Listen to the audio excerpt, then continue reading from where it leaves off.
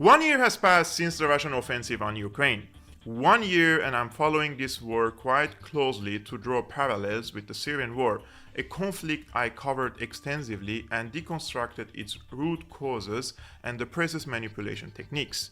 If you ask me what I have learned from these conflicts, I would say the powers behind paving the way for these dirty conflicts are the same, namely the neocons who waged a brutal regime change war on Syria after training enough journalists and activists who master one of the three important pillars of color revolutions, and that is online mobilization, demonization of the targeted enemy, encouraging violence, and when enough violence dominates the scene, radical elements join the movement to do the fighting. In Syria, this last stage was implemented by the Islamists and in Ukraine by the neo-Nazis. I also learned that while the mainstream press is very powerful and can practice mass manipulation and mass psychosis, they are not really creative. Do you remember when Assad used to wake up in the morning and gas his own people? Do you remember when Saddam woke up one day and started stealing Kuwaiti babies out of incubators and throwing them from the hospital windows? Do you remember when Gaddafi gave Viagra to his soldiers and used rape as a weapon against his opponents? If you watch the mainstream press, you will find similar stories surfacing every day in Ukraine. But are they all true? To be honest, due to the track record of the corporate media in lying with straight face, I take these allegations with a grain of salt until evidence surfaces.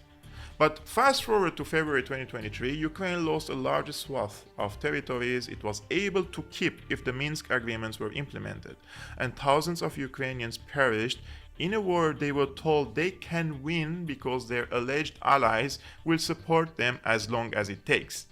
As long as it takes? Any serious journalist will tell you that Ukraine has no chance to win over Russia. Objectively speaking, were it not for the $150 billion aid from the Western camp, Ukrainian forces would have by now completely annihilated. What all this military aid did, basically just prolonging the war and prolonged the inevitable outcome, which is either Ukraine loses the war in a humiliating manner or sits on the negotiation table and saves whatever it can save from Ukrainian lives and territories.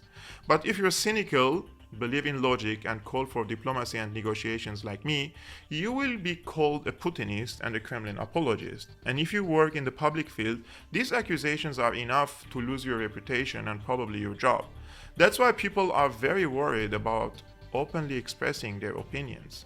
However, if you're brave enough and really love Ukraine and Ukrainians, and you want to spare further bloodshed, Berlin will host the biggest peace rally on Saturday at 2 p.m. in front of the Brandenburger Tor.